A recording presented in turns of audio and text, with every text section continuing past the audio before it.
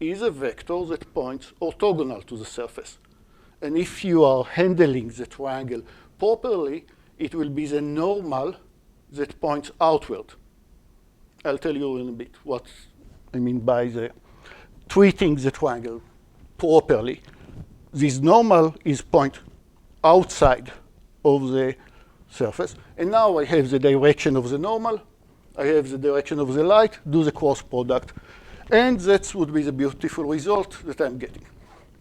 So I'll quote my son that when I practiced on this class and ran it through him, he's 14, and he said, oh, that's very similar to what I read in Blender when I studied it, but they said you have complicated objects.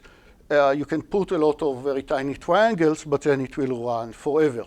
Instead, put few triangles, but play with the shading, so it would look smooth and high resolution, even though the underlying set of triangles that defines it is very limited. And the same advice applied for you. So you see it even with the light, but and presumably you've seen it before, but it's clear where there are triangles in this surface. Right. Because why does it look so discretized, ugly? Why they are so much highlighted? Because what do I do per each triangle? The color of the whole sphere is the same. The normal of a single triangle is the same for every point on the normal. I cannot change this fact. The normal of the triangle is the same for every point on the triangle. Triangle is flat, implying that the intensity, the effect of the diffuse shading on this triangle would be uniform for every pixel on this triangle. And it's different from every nearby triangle. So that's flat shading. Very clear that it's attempt to be a sphere, but a very unsuccessful discretized attempt. Low resolution. Just to remind you, diffuse shading, how does it work? You have some coefficient that depends on how much red, blue, green you have on the surface of the object. In the homeworks, you can use it as the ambient color, times the dot product, that is a cosine of direction to the light and direction to the end direction of the normal. How these two angles refer to them. If this angle is 0, then you are getting this number to be 1. And if the correct normal points up away from the light, that is, it illuminates the back side of the light, then this number is -1. And when you take the maximum, of course, you get no light, maximum of 0. But in general, you're doing the cosine. That's what we want it to look like. And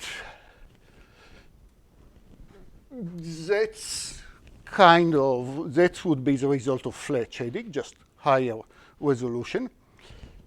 And that's a bit better, and even a bit better is Phong shading. So I said that there is a challenging part, which would be for me to say Gouraud, which I believe is how the web told me to pronounce it, Gouraud shading. Really, Gouraud shading. And versus Phong interpolation shading. It's the same person, but it's not the Phong simulation of a specular shading. Two different things. That's a Phong interpolation scheme. The related one can use for the other, but we're talking about the Phong versus Gouraud versus flat. So flat shading, every point on the normal, every point on the triangle has the very same normal. That was step 1. And actually, you'll find textbook that will say there is no Phong shading. Gouraud shading is already captured. Most of what we have under the Phong shading completely, so we'll just call it Gouraud shading. So what should I do with these triangular mesh, part of a triangle. You have a C. So you see one triangle. It's just a quad. Thing that I don't care. And it's neighboring another triangle, and it's neighboring another triangle. You know. So an edge here is an edge between two triangles, and each one has its uniform normal. But I want it to look flat. Sorry. I don't want it to look flat. I want it to look smooth. And shading is a great way to create this effect. How can I do it? By cheating about the normals, or imagining that's maybe a more mature way, is we thought about images as a result of a sample of some continuous domains. We have infinitely many details in this room, but when we take a picture, we only sample it in some discrete set of points, and that's the values that we are getting. Let's use the same philosophy about here is a sphere, but it's the best sphere that I can draw, and I sample it, or downsample it, or synthetically generated it only in some points. So here are my triangles, just 2D, 1D triangle, just one piece of the triangle. But how are the real normals of the sphere looks like? Well, if I move on the real normal, on the real surface, the sphere that defines everything, the normal changes continuously. So somewhere if I'm in the middle of a big triangle, probably that's the only triangle that determines the normal, but as I'm moving from one triangle to the next triangle, the normal should change. So what my issues with normal at vertices? That there is no normal. You need a continuous derivative, continuous at each vertex, which you do not when you have such a sharp change. It's not continuous. So let's fake. Let's assume that we do have the original surface, at least near the vertex. And if we have this original surface near the vertex, how should these normals change? Should be somewhere determined by this triangle over here, should be determined by this triangle over here. Now they should move continuously, where what will be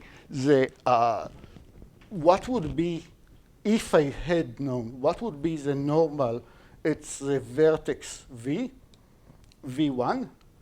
It would be somehow the average between N1 and N2. So the normal at V2 would be N1 plus N2, the real normal, 90 degrees normal, but average them. In this case, there are two of them, so the average is divided by 2. And by the way, they are all vertices, so when I sum and divide, unless they are collinear, they probably don't result a unit vector. So I'll just think about it. To simplify, I'll just work about the direction, but remember that each time that you are doing it, you want to normalize the length, make it a unit length. But I will not bother with these details right here. Back to my triangle over here. And here is this triangle CD, just an edge in the 2D case. The normal to CD, another edge BC, the normal to BC, 90 degrees over here. What would be my fake normal at the vertex? The fake normal of the vertex would be the average of these two normals. Get it? So the normal at a vertex, also shown over here, is the average of these two normals. 3D life are slightly more complicated, slightly more complicated.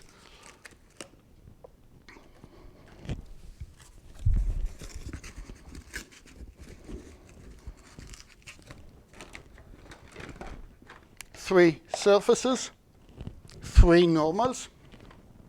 One normal, another normal, another normal. What happened at the vertex? It's still the average of these three vertices, of these three normals, just it's divided by 3, not by 2. Make sense? Take this normal plus this normal plus this normal, and we are in the step of interpolating or faking the normals at the vertices of the triangular mesh. Again, I'm trying to generate fake normal at the triangular mesh. I need it both for the Gouraud and for Phong interpolation. I need the normal at the vertices. Now, in triangular mesh, I might have a vertex that, in turns, is adjacent to, like, think about a pyramid. In a pyramid, I'll have the top of the pyramid adjacent to 4 triangles, right? And possibly many more in other spheres. So each one of them defined its own normal, n1, n2, n3, n4, n5, n6. Look at this set of triangles. You'll have to do it in your in homework 5. Look at this set of all the triangles that are adjacent to this vertex. In this case, there are 6. Sum up these normals, and divide, in this case, by 6. And, of course, remember that it's unit length. So now you have the normal to these vertices. I created average of NC and average at the vertex B. Now, at this point, Gouraud and Phong separate a bit. Gouraud says you have the normal at this vertex, which is in turn, you have the normal at this vertex, which is in turn different than the normal at this vertex. So the light is the same light. The distance to the light didn't change by much, but the normal of the real triangle didn't change at all. But the 2 fake normals, definitely have different values. Apply the formula that we just had for computing the cosine, see it also over here, at this vertex and at this vertex. And the color or the intensity will be different because these fake normals are different. Okay, and now how do I create, going back a few slides, how do I create, I have the new colors at each one of the vertices, because even though it's the same triangle and it has one unique normal, because this triangle has neighbors, I have different fake normals at the 3 points. Applied the shading effect, both specular and diffuse. Ambient doesn't care, but specular and diffuse does care about these normals. Use them to create a shading at the 3 vertices. Now you have the color and intensity of the 3 vertices, and let the gizmos of the fragment programming, pixel programming, to do the interpolation between them. You just need to specify in WebGL that that's what you want it to happen, to interpolate the colors. And that already breaks the flat shading. Okay, no more black, no more flat shading. That already will create a much smoother surface. But you can go better than this. And especially, let's think about a big triangle, and let's think about specular shading. I can definitely do the specular shading in the same way by faking the normals, but for specular shading, there is also the viewer. Light, viewer at this point, and look at V1 with its fake normal. Either remember at which point do we have the specular spot, the white part will appear. It will appear at the point where you have perfect reflection, more or less. Perfect mirror. Now, I don't have any specular spot at V1, nor at V2. None of them has this white spot. That appears because the fake normals don't behave well with as a perfect mirror. That if I put a perfect mirror here and a perfect mirror here, this viewer will not see the light, neither by this mirror nor by this mirror. This mirror will do, but I don't have it. Fong says, OK, make smaller triangles. Grod says, make smaller triangles if you want to do it. But it's not stable, even in this case, especially if you want specular. Fong said, OK, here is a solution for you, and it will be a bit more computationally expensive, but you'll get much better results. And as I said, you sometimes will find this algorithm under Grod altogether. So what are you doing? You will compute for every pixel its shading individually using a fake normal per every pixel. That is, I'll apply the diffuse and specular formula for each and every pixel. Again, that's parts that you're pushing into the fragment programming. But how do I get this approximated normal? I'll use a barycentric coordinates. Again, you don't need, it will just happen for you. Let's say that that's what you want. Remember that you might not get a unit length vector, important. How do I create this approximated normal? It's just barycentric, which is just linear interpolation. For every pixel, which direction is this approximated normal? It's just, we have the weights are 1 minus t and t. That's the contribution of the two vertices, no matter what I interpolate. In Grod, I interpolated between the colors. In Fong, I create for every vertex, for every pixel, I create its own fake normal, and I'm completely cheating. I know what is the real normal of this triangle, and it's not the fake one. Most cases, it will not be the fake one. Nevertheless, I will use the fake one to compute the shading, and then I will get a very smooth surface. And in addition, if you care about the specular effect, then it's not necessarily exactly the real point that you'll get the perfect reflection, the perfect mirror, the specular spot here.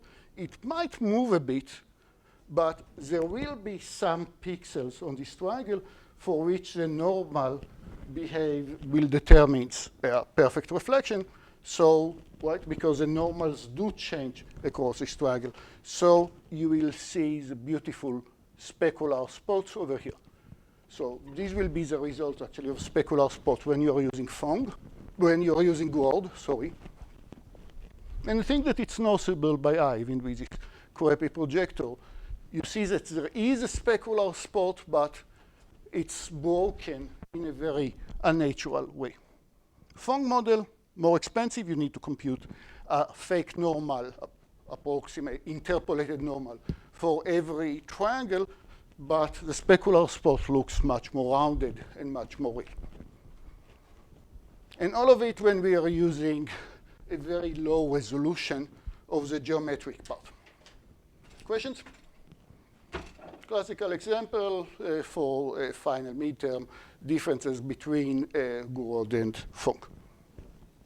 Advantage, disadvantage. OK.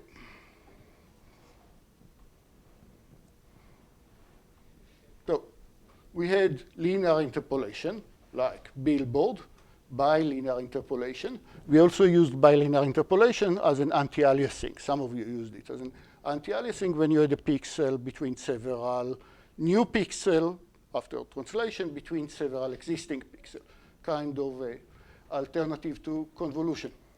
That is just the idea that inside the billboard, the linear interpolation is not, or bilinear interpolation is nothing but representation by alpha, representation by beta. And every point I can represent by as just the representations that you saw. On the billboard, here are the formula for a sphere. Here is a formula for a plane. But summing it up. What is a triangle? Every shape that you can represent as alpha times 1 point plus beta times second plus gamma times third, and alpha, beta, gamma are in convex combination. Another way to write this triangle, I'm just arranging alpha, beta in a way that makes a bit more sense. I have this triangle, and the very same triangle, and every point of it will be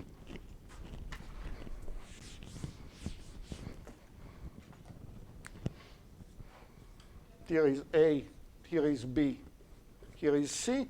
And if you want to go to some point inside this triangle, first go from the origin to A, go to A, and then add some amount of going by beta amount in this direction, and add to it some amount gamma times what? This direction. So this would be C minus A times gamma. Very similar to the alpha and beta that we had earlier, except that it's a bit easier when these two vectors are orthogonal to each other. OK, just to review. Triangular mesh. That's how graphics works. All your graphical model works either by polygons, for example, triangles, or work by voxels. Medical data would like voxels. You'll get a grid that consists of, instead of pixels, voxels, like 3D grids, and some information about each voxel. Okay, but let's talk about triangular mesh, probably the most known part. Lots of triangles in the Buddha statue. Remember a triangle? If you're looking at the triangle on the mesh, I'll give you we'll keep if the mesh is properly given to you, then when you're looking at the triangle from the outside, its vertices appears in a counterclockwise order. The same three vertices, we discussed it many times, A, B, C, look at them in a counterclockwise order. I'll replace the same triangle, do the cross product of ABC, the same three vertices, but now they'll go in the normal, which implies that if that's the order ABC, that you'll find them in the input. And the agreement would be that if you define the normal as B minus A, one vector, C minus A, another one, I care about the sign in both cases, and do the cross product in this order, then the normal will point outside of the shape. If I gave you ABC in the object file, and the object file is free of bugs, then take each one of the triangles and do this gymnastic in this order, and the normal will point outward. And then you know if you are seeing this triangle or you're watching the back face of this triangle, but just do the dot product of the direction to the triangle and the normal, the outward normal of this triangle. Don't confuse that it's very much related to our right hand part.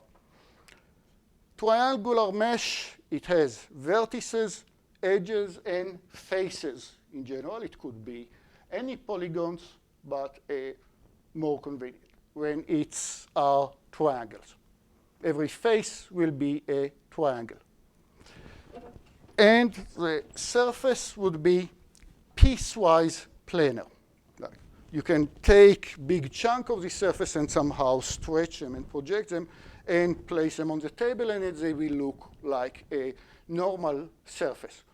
That's if your object file is OK.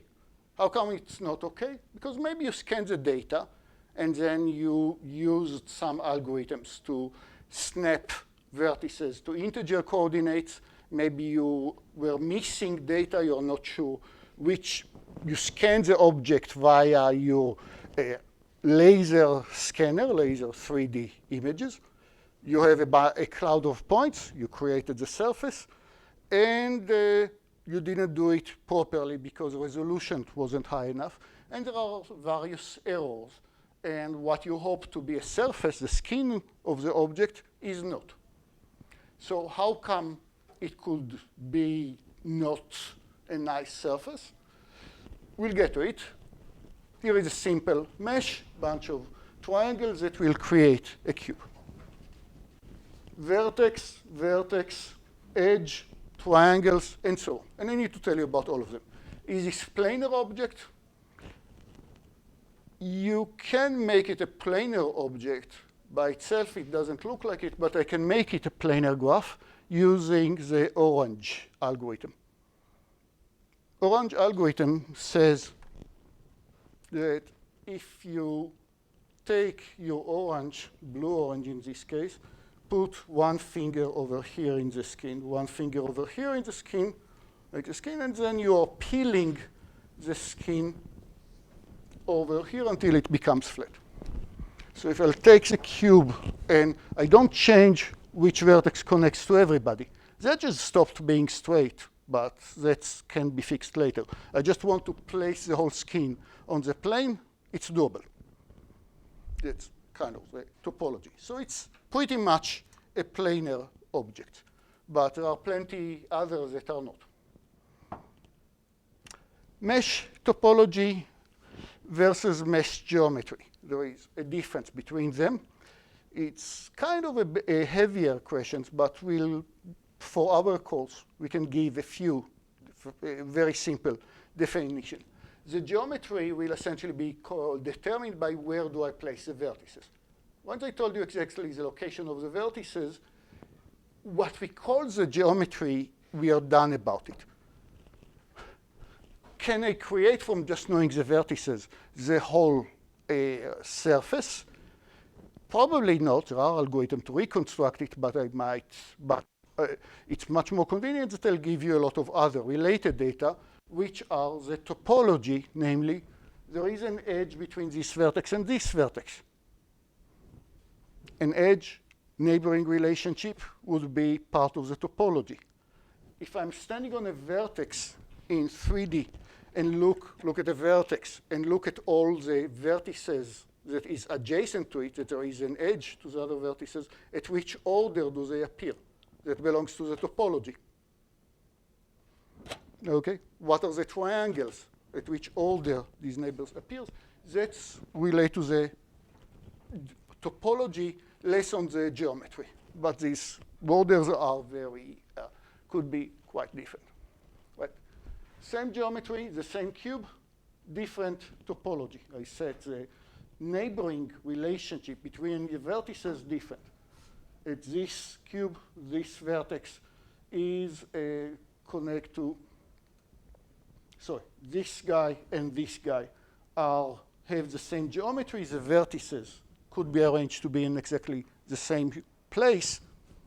Corners are in the same corners, but very different set of triangles, even though the vertices are the same, and very different topology. It's not a sphere-like anymore. It has holes and handles inside. OK. So essentially, we want our surface, if it's free of errors, I'm going to scan a bit through these slides, to be OK topologically.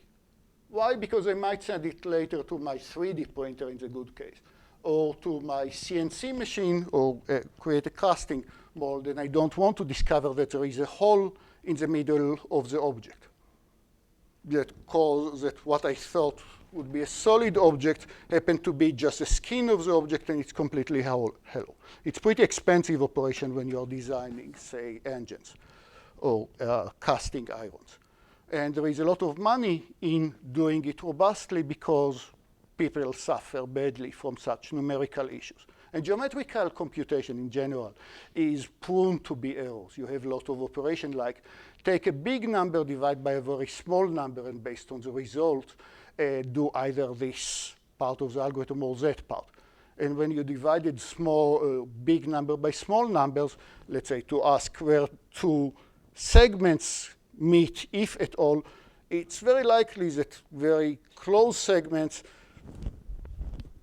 determining exactly the intersection points between two very close segments with very small difference between them, it's very easy to make a mistake that they don't cross at all, or that they cross but very much to the right or very much to the left, the opposite. Why it's so easy to make this result? Because you have division of large parts versus small parts. It all relates to robust computation. Less relevant for this course, but good that you'll keep it in mind. When you see the mesh, what do we expect it to look like? Look at a triangle, look at the neighborhood of this triangle. It should look like a planar object. Maybe it twists a bit, but you should be able to straighten these triangles and put them on the table, and they will create, essentially,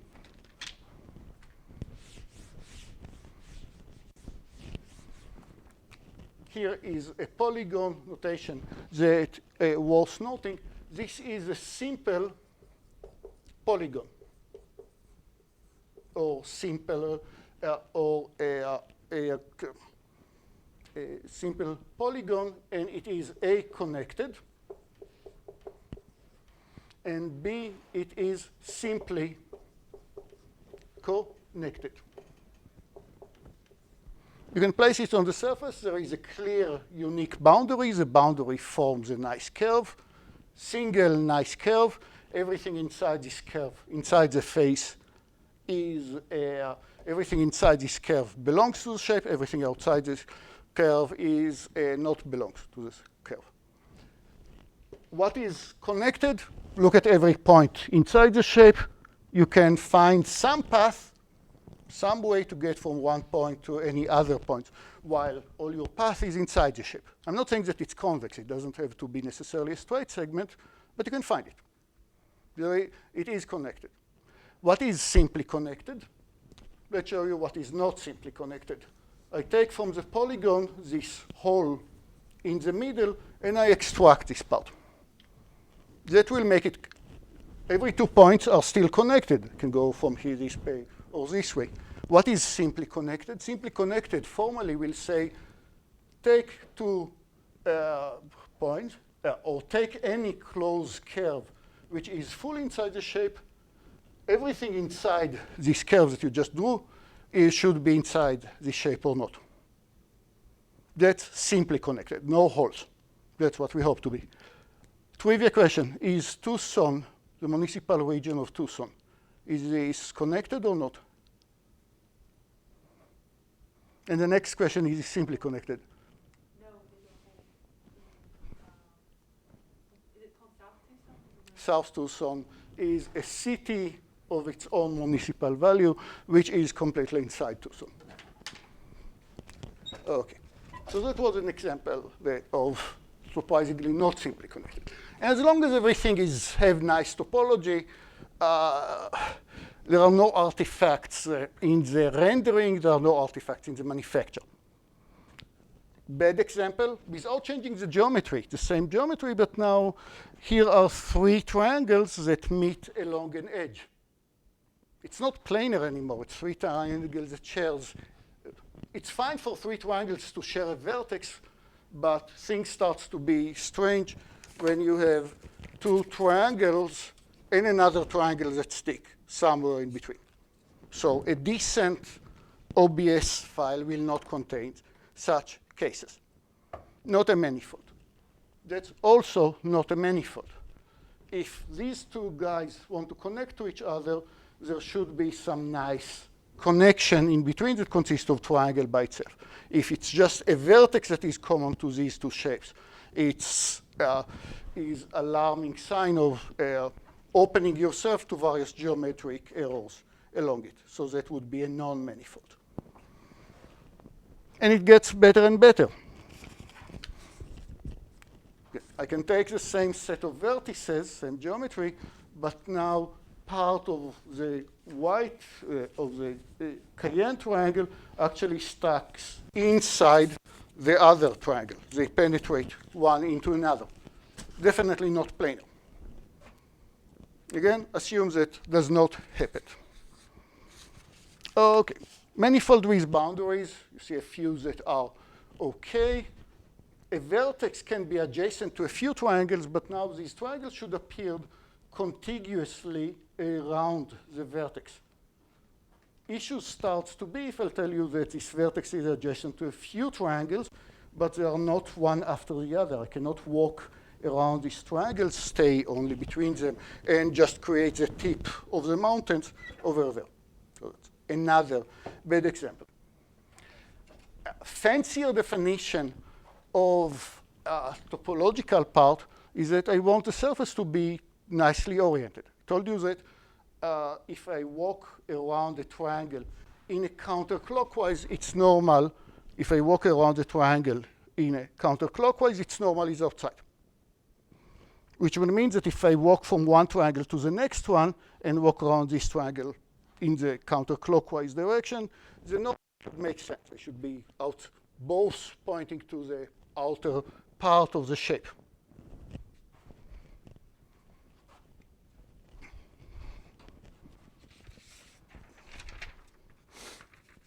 And I heard about a father of a kid that was a math professor and had to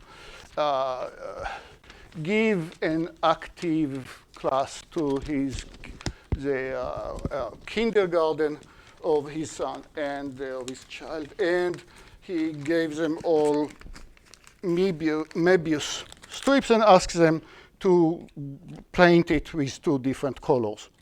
But to paint a Möbius strip with two different colors, the inner side in one color, the outer side in one color. Give it a try, it doesn't work very well. In this case of the orientation, it would mean that I'll try to orient all my triangles pointing to the outward with the same part, except that as I'm going back to the triangle that I started from, its neighboring contradicts its original neighboring. Okay. Here's the simplest representation of a well-behaved manifold or triangular mesh that are want to do. So there are many reasons that you want to make sure that a vertex will be stored only once. To tell you what the vertex of the triangular mesh carries a lot of information, starting by its location, 3 floats or double numbers, with colors, with various other parts. And as numerous people studied the hard way, is if I said everything is pruned for numerical error.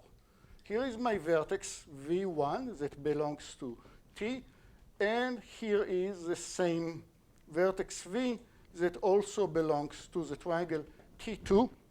And let's say that when I store T, I keep this vertex, and let's say that the coordinate of this vertex is 1, 1, 1. That's the coordinate of this vertex. And it happens, numerical error, that when I write T1, the same vertex V appears as 1, 1, 1. And now I stored T2, and the very same vertex V is now 0.9999, 1, 1.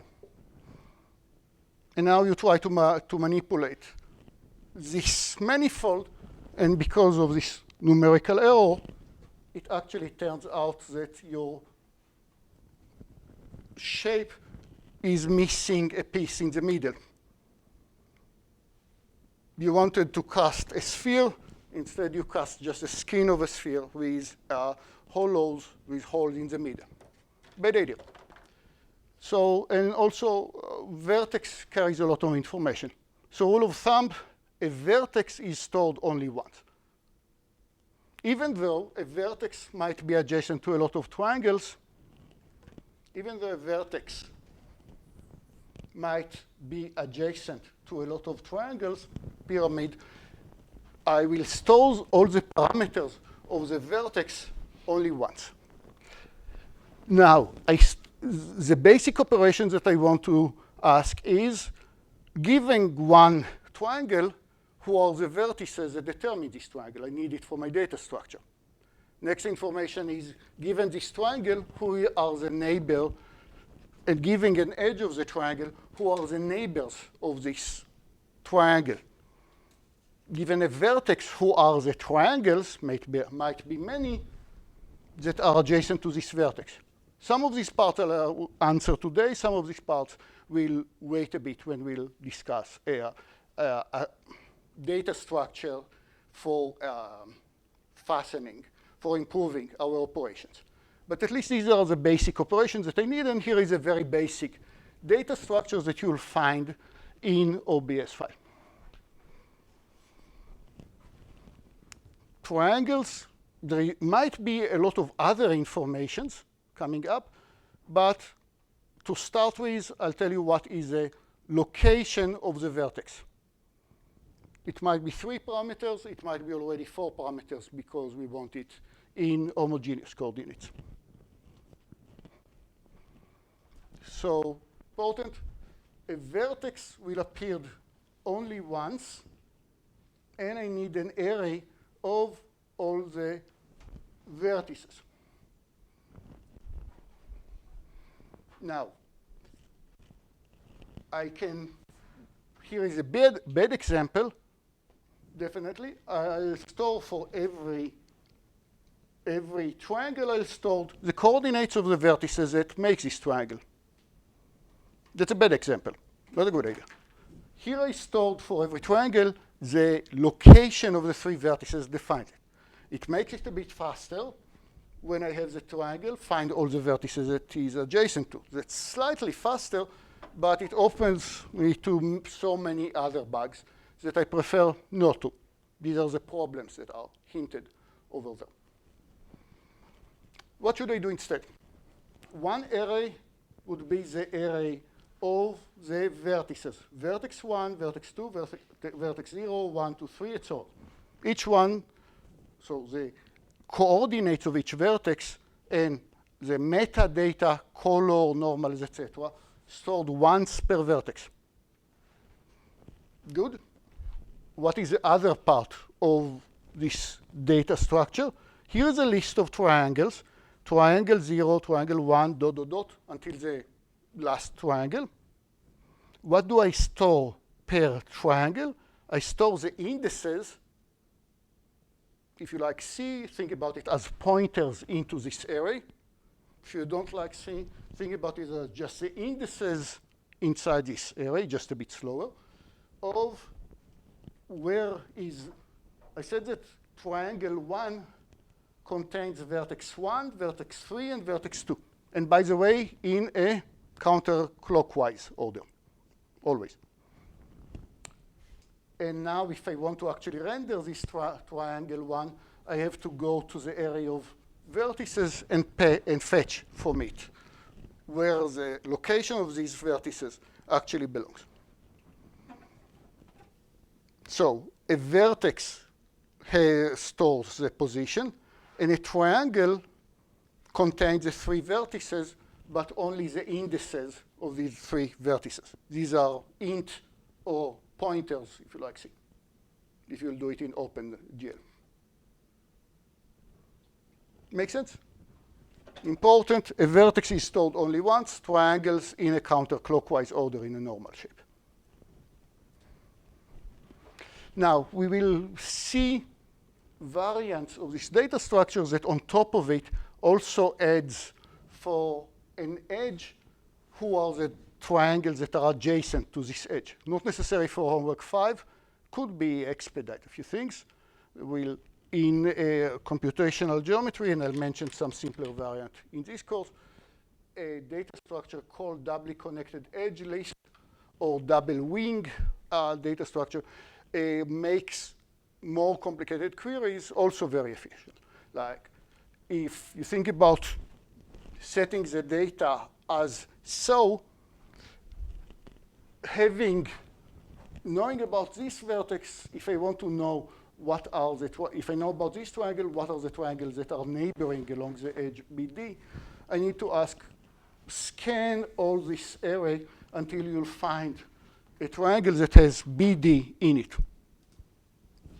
If that's all I stored, then it's very minimalistic, quite compressed, but and meaning you cannot compress it much without losing information. There is no redundancy, but queries that are outside just a single triangle are a bit harder to compute. Not relevant for homework 5, but we'll study more efficient data structures. That includes also who are the neighbors and so on.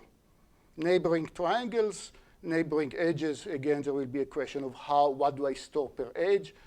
What do I store per vertex? I can go to how do I avoid storing the same information twice, which is risky for various reasons. It's redundant, it wastes space, and much more important, you have the concurrency issues.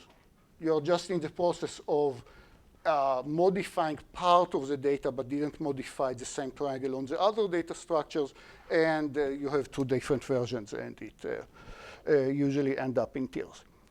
Okay, and now given this mesh, you have the colors, and you can interpolate them. You can, and that you need to do in homework 5. In using the CPU, you'll assign for every vertex this approximated normal, which is defined by the normals of the triangles. Now, you don't have the normals of the triangles, so you'll need the cross product to compute the normals for every vertex.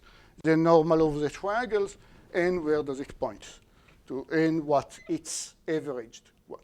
But from this point, you are off to go. Just ask the shaders use barycentric coordinates. You don't need to ever worry what are these barycentric coordinates. Yeah, we already talked about it, that diffuse shading will work well better in this way with reduction. Here in the slides, and so on. Once again, in an object file, when you are looking at the surface from the outside, you should be able to orient, or it's given in a counterclockwise orientation of every triangle when you watch it from the outside. So back-culling that we'll study very soon is very easy to do. But there is plenty of more data structures that we'll touch on. Let's talk about how do we create 3D effect in geometric shapes. I want to create the idea that these triangles, these polygons, are living in 3D, and for this I need to solve the very, very hard problem, computationally very hard problem, of hidden surface removal. Part of what gives us the intuition of how are they arranged in 3D space is that you see that the blue occludes part of the red. Okay. That's really, really important to create the 3D shape. Okay, so hidden surface removal problem. I have a set of polygons in 3D. I have the viewers. And I want to create a two-dimensional image of these projected polygons. And of course, only what the viewer sees from the triangles needs to be represented. I hope that you'll make videos out of homework 5. By the way, nice, cute idea for the videos that you can create is move the camera parameters. It will all run very, very fast. Running time will not be an issue now with WebGL. All the horrendous things that you have to do in homework 3 and 4 to study, you will avoid. There is a little price that you are paying. You will not have multiple reflection by mirrors and such.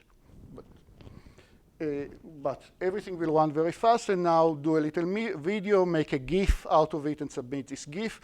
And you can put TVs on the billboard and make the TV project your favorite shots from your favorite movie as you're walking between several sets of TVs. I think that it would be any suggestion. You'll get a few points bonus for coolness.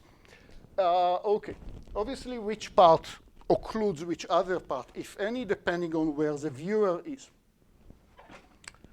Once again, same slide.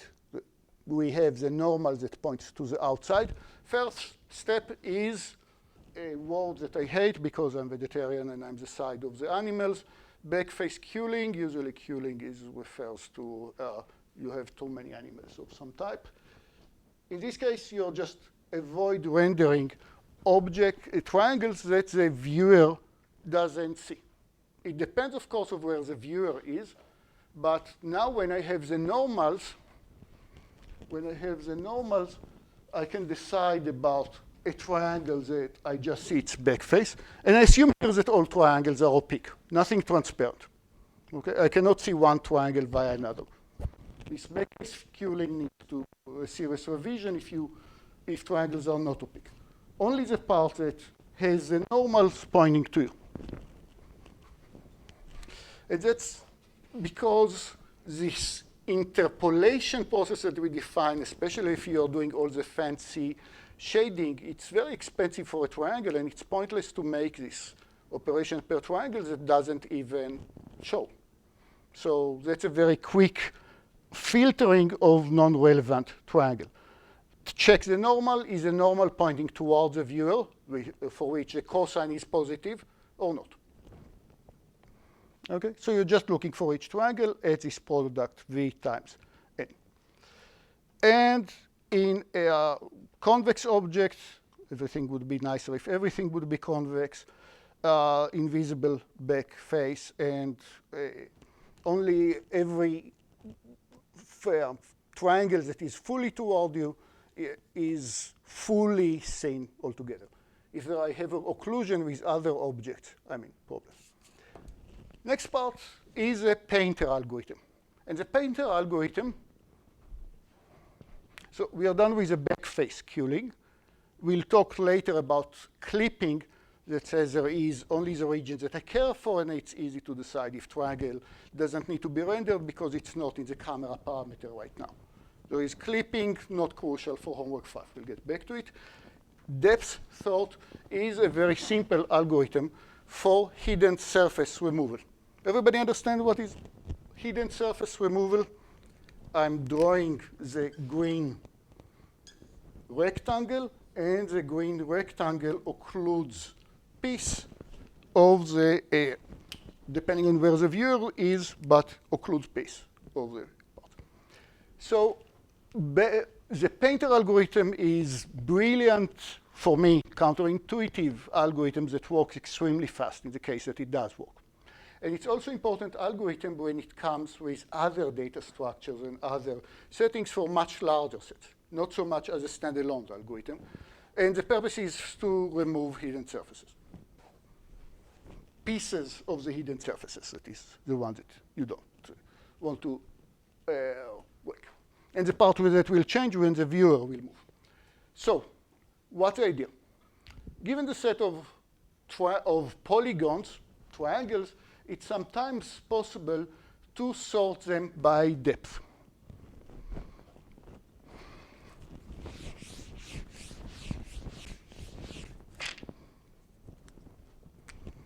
Here is my viewer. That would be the minus z, the direction that he's looking at. And I'll sort triangles that unfortunately I'll draw as segments because it's 1D. Segment 1 is furthest away from the viewer. Segment 2 is a bit closer. Segment 3 is a bit closer. Why do I say that hidden surface removal is such an exhaustive task? Because you need to look at a very simple shape triangle, and suddenly when you take one triangle and try to analyze for this triangle which pieces are visible to you and which pieces are not visible, it stopped being a triangle and stopped being simple. It can be very complicated shape, and it's very complicated to compute it. People just don't do it. There is no algorithmic approach to do it. So painter algorithm can circumvent this problem by an extremely cool idea that just said, look at the viewer from this part. So here are my triangles, S1, S3, and S2. The furthest away from the viewer is S1. That's the one that is the furthest away with the maximum depth from the viewer. What I'm going to do is to render this triangle as a whole. Every pixel in the image will be rendered as a whole. And I'll move, so I'll take on my image plane and project the black triangle, and its projection is completely black, completely avoid any other triangle. I find out that S2 is closer to the viewer, has less depth. Confusion point, the smaller value of Z, because it's negative number, meaning it's further away from you. Okay? Standard confusion. Depth, the larger ABS value, but smaller value, the furthest away it is. S2 is closer. Now what you're going to do is to render each and every pixel on my image in blue, all the pixels that belongs to S2, the blue triangle. So I take a pixel that falls in the blue triangle, and I don't care that it used to be black region or used to be some other color of the background, completely override it. In this case, completely render the furthest away shape, this rectangle. Next, for each and every pixel, I'll change the color to red if it falls in the next shape. For each and every pixel in the next shape, in this order, render it in this shape, and so on, until I'll get to the closest shape. Is a useful algorithm? Absolutely. If you have such an order, it works extremely well. I don't worry about which part of the shape are hidden or not. I just change the color of each object. It's just a timing of where do I change the color of a pixel to which shape. It's just a timing of does it first triangle, second, third, all the way to the closest minimum depth triangle. Give me a scenario where it's useful, really, really useful, and you don't need, and there is a nice order between the shapes. I don't care about exactly what the Z values, but I care that I want to say that one shape is further away from the viewer if there is one point, I don't care which point, but as long as there is one point for which this triangle is closer to you, the viewer, than this triangle, just for one point, I'll say this triangle, independent of its orientations, this triangle is closer to you with respect to this one. Because there is one point where A comes before B. This comes before this. OK. But it's not always possible, but give me a useful scenario where it is possible. 2D games, 2D windows. Whatever the windows are, I don't need the exact Z values. But if I do have it, fantastic. And then, again, I can render each window at the right timing, and I don't care which part of it are visible, which part are occluded by other windows. Just the timing change everything, no decision. A pixel doesn't need to decide what its depth. A pixel doesn't need to decide how close it is. It's me that just feeds the triangles. Give me an example where the painter algorithm has issues.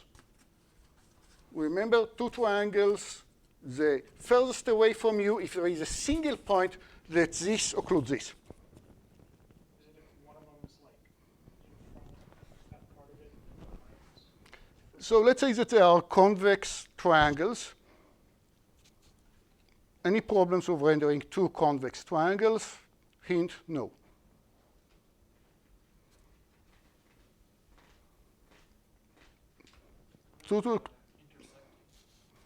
If they are intersect, of course, it's an issue. But if they don't intersect? If you have a third one where it's front and front one. Who occludes whom in this case? Who comes before whom? Right? This is closer to you than this. that is closer to you than this, that is closer than this. If you render it as a graph, you'll see a cycle over here. So either I need to break a triangle to fragments, not very effective, or use it together with other data structures. We will talk about binary space partitions, Quad3 is an example, that somehow gives the painter algorithm very easily.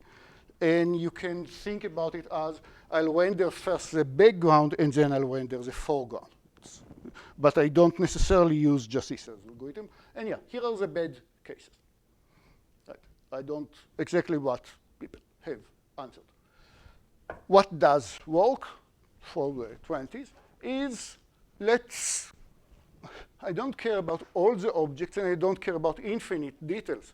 I'm limited to the details of my monitors, and I let every pixel make its own decisions. I let every pixel make its own decision. It will be extremely fast. It will be extremely efficient, even if you have one CPU, but it's getting even better if you can have a few CPUs per every pixel, which has a name, GPUs, comes from this application. So highlighting the remaining 3 objects of the Z buffer algorithms. Right now, I don't care about how many cores your computer has. What I'll do is I'll assume that my objects needs orthographic projection. Orthographic projection, meaning I just project everything orthogonally on the image plane, not perspective projections.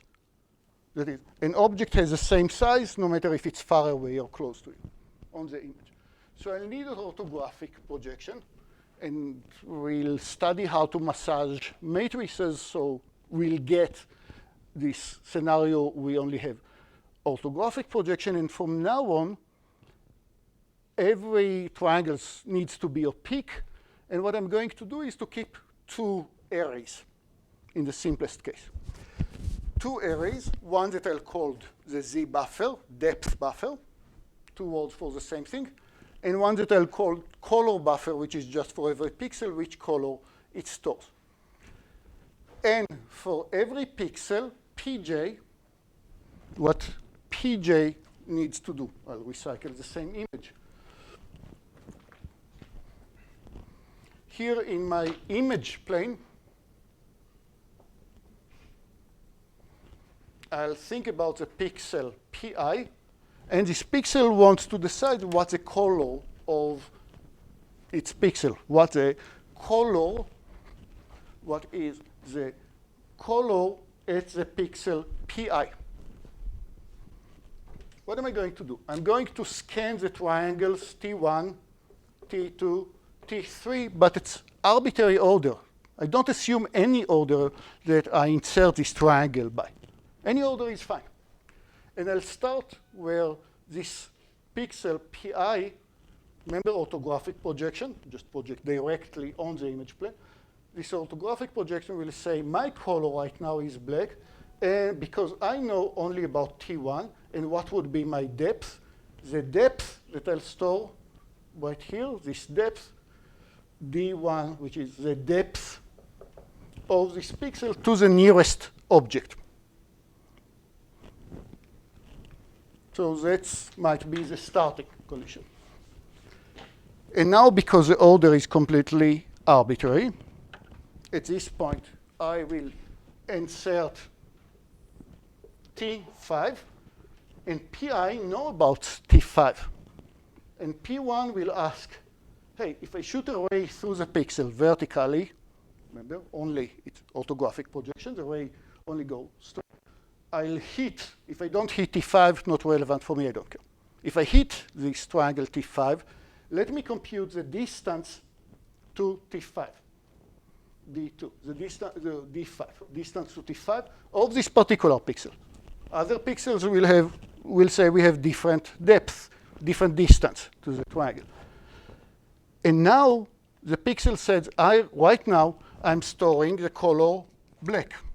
Why? Because the nearest triangle that I have seen so far is black. Now a red triangle is inserted. Let's compute the distance. But hey, this distance to the new triangle is larger than the distance that I stored, what I stored in the depth buffer. It's larger than this distance.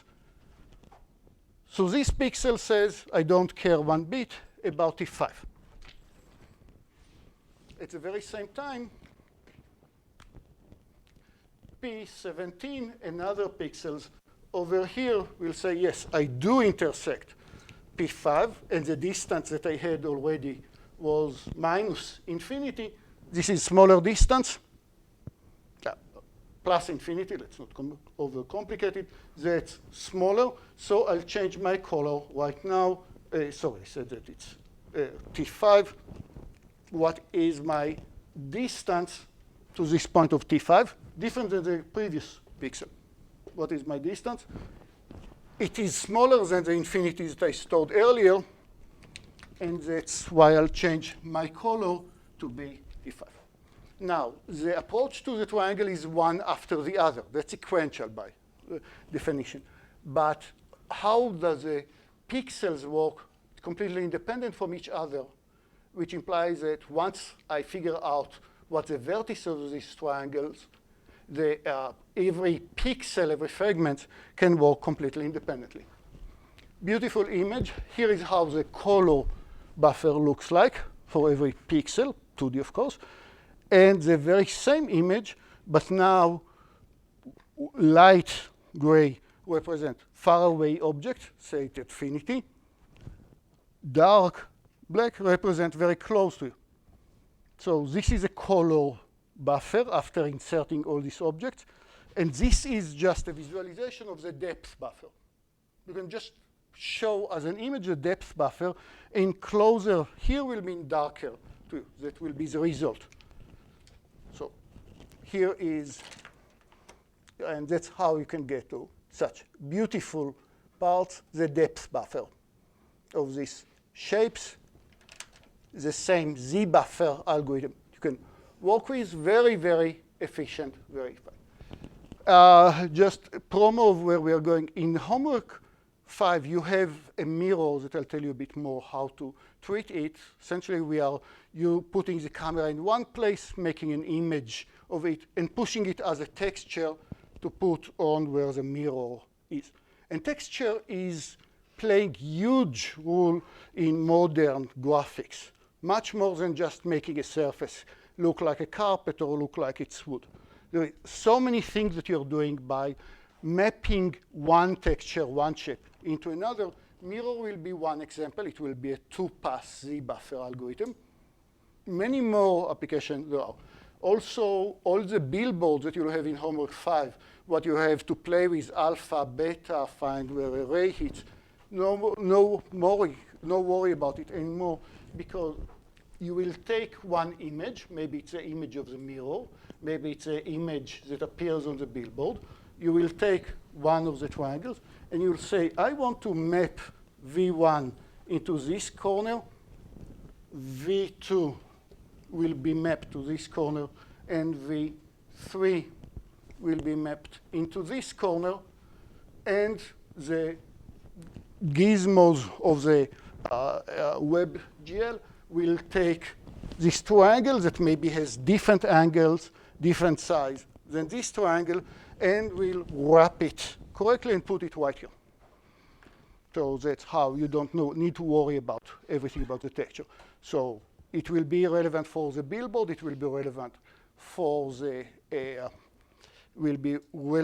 the mirror and for many other applications. In homework 6, how we are cleverly using this huge power of texture mapping. Just a promo. Great work at the midterm. If you got to it without following every letter of the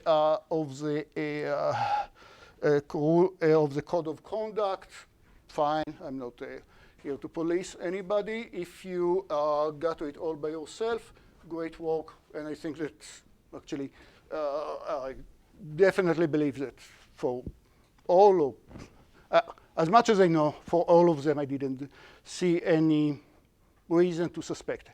I mean, it looks very believable that that's what you know, and it was fine. I was very happy with the results. And if you have any issues to talk to me, I suggest talk to, for the midterm, I suggest office hours tomorrow. Thanks, everybody.